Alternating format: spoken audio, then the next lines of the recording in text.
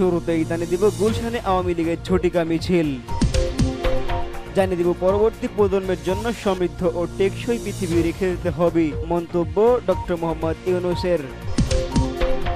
জানিয়ে দিব কাতার ফাউন্ডেশনের চেয়ারপারসনের সঙ্গে প্রধান উপদেষ্টার বৈঠক।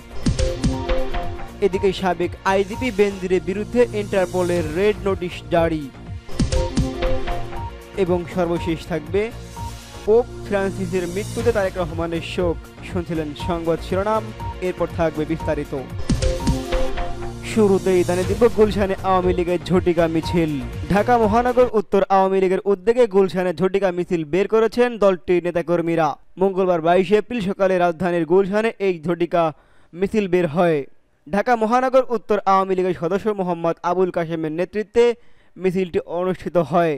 মিথ্যা বায়োনাট ও ষড়যন্ত্রমূলক মামলার বিচারের নামে প্রহসন বন্ধ ও অন্তর্বর্তীকালীন সরকারের প্রধান উপদেষ্টা ডক্টর মোহাম্মদ ইউনূসের পদত্যাগের দাবিতে এই মিছিলটি বের করেন দলটির নেতাকর্মীরা।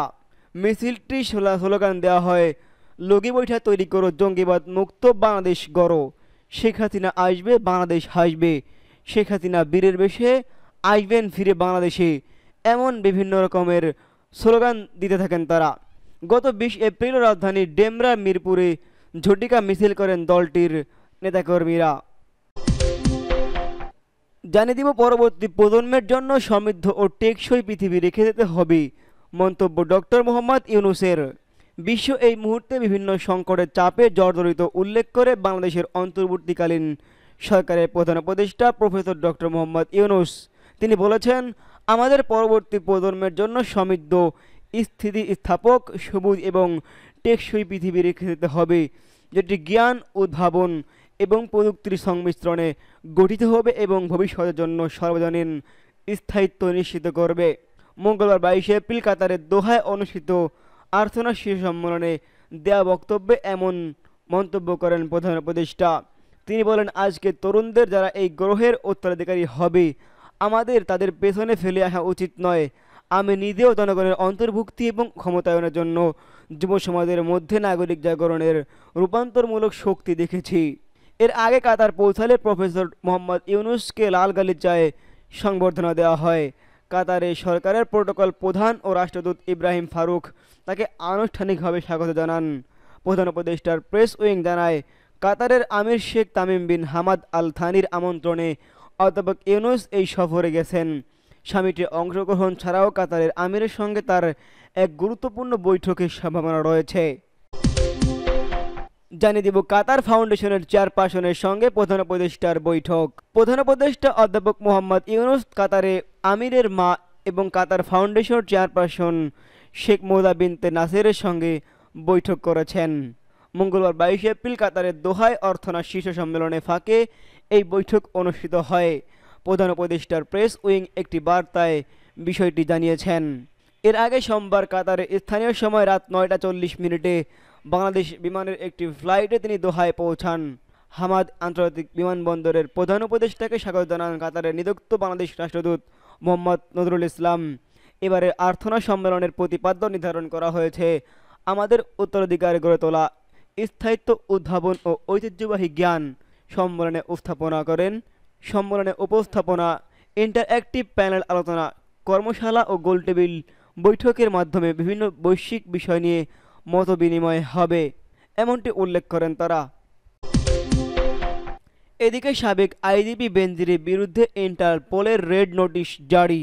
আওয়ামী সরকারের আমলে বহুল আলোচিত ও সমালোচিত পুলিশ মহাপরিদর্শক আইজিপি বেনজির আহমেদের বিরুদ্ধে রেড নোটিশ জারি করেছে international criminal police organization Interpol. গত 10 এপ্রিল এই রেড নোটিশ জারি করা হয়।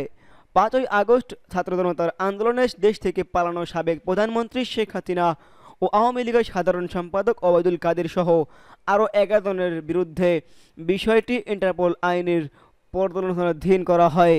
বাংলাদেশ পুলিশের ন্যাশনাল সেন্ট্রাল ব্যুরো এনসিবি ছাড়াও পুলিশ সদর দপ্তর সংশ্লিষ্ট একাধিক সূত্র বেনজিরের বিরুদ্ধে রেড নোটিশ জারির বিষয়টি ঢাকা পোস্টকে নিশ্চিত করেছেন। পুলিশ সদর দপ্তর সূত্র জানায়, আদালতের নির্দেশনায় প্রসিকিউশন রাষ্ট্রপক্ষ অথবা তদন্ত সংস্থার অনুরোধের পরিপ্রেক্ষিতে পুলিশ সদর দপ্তর, ন্যাশনাল সেন্ট্রাল ব্যুরো এনসিবি শাখা ইন্টারপোল রেড নোটিশ জারির আবেদন করে থাকে। পুলিশ সদর দপ্তরে ডিআইজি পদমর্যাদার পুলিশ সদর দপ্তরের ডিআইজি পদমর্যাদার এক কর্মকর্তা ঢাকা পোস্টকে বলেন, দুর্নীতি দমন কমিশনের আবেদনের পরিপ্রেক্ষিতে ঢাকার একটি আদালত সাবেক আইজিপি বেনজিরের বিরুদ্ধে রেড নোটিশ জারির জন্য ব্যবস্থা নিতে নির্দেশ দেয়। এরপর গত ফেব্রুয়ারি মাস থেকে বেনজিরের বিরুদ্ধে রেড নোটিশ জারি করতে ইন্টারপোলের কাছে আবেদন করা হয়। বেনজির আহমেদের বিরুদ্ধে আর্থিক দুর্নীতি বা অপরাধের অভিযোগের কারণে দ্রুত পদক্ষেপ হিসেবে গত 10 এপ্রিল তার বিরুদ্ধে রেড নোটিশ জারি করে ইন্টারপোল। এবং সর্বশেষ থাকবে পোপ ফ্রান্সিসের মৃত্যুতে তারেক রহমানের শোক। পোপ ফ্রান্সিসের মৃত্যুতে গভীর শোক প্রকাশ করেছেন বিএনপির ভারপ্রাপ্ত চেয়ারম্যান তারেক রহমান।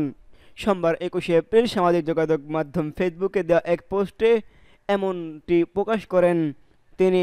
পোস্টে তারেক রহমান বলেন, আমি পোপ ফ্রান্সিসের মৃত্যুতে গভীরভাবে শোকাহত। তিনি একজন শ্রদ্ধেয় আধ্যাত্মিক নেতা, যার জীবন শান্তি ও আন্তধর্মীয় সংলাপ গড়ে তোলার জন্য করুণা, নম্রতা এবং অক্লান্ত প্রচেষ্টার উদাহরণ। তার নৈতিক স্পষ্টতা এবং সব মানুষের মর্যাদার প্রতি অটল অঙ্গীকার তাকে সব ধর্ম ও জাতির মানুষের মধ্যে শ্রদ্ধা ও প্রশংসা এনে দিয়েছে। তিনি আরও বলেন, বিএনপি ও বাংলাদেশের জনগণের পক্ষ থেকে আমি বিশ্বের ক্যাথলিক সম্প্রদায় এবং এই মহান ক্ষতির জন্য শোকাহত সবার প্রতি গভীর সমবেদনা জানাই। পোপ ফ্রান্সিসের উত্তরাধিকারী আগামী প্রজন্মকে অনুপ্রাণিত করে চলবে। সোমবার 21 এপ্রিল বিশ্বের ক্যাথলিক খ্রিস্টান ধর্মের সর্বোচ্চ নেতা পোপ ফ্রান্সিসের 88 বছর বয়সে ভ্যাটিকানের কাসা সান্তা মার্তায় নিজ বাসভবনে তিনি মারা যান। এদিকে মস্তিষ্কে রক্তক্ষরণ ও হৃদরোগে আক্রান্ত হয়ে পোপ ফ্রান্সিসের মৃত্যু হয়েছে বলে জানিয়েছে ভ্যাটিকান। এছাড়া মৃত্যুর আগে পোপ কোমরায় চলে গিয়েছিলেন বলেও তার মৃত্যু সনদে উল্লেখ করা হয়েছে।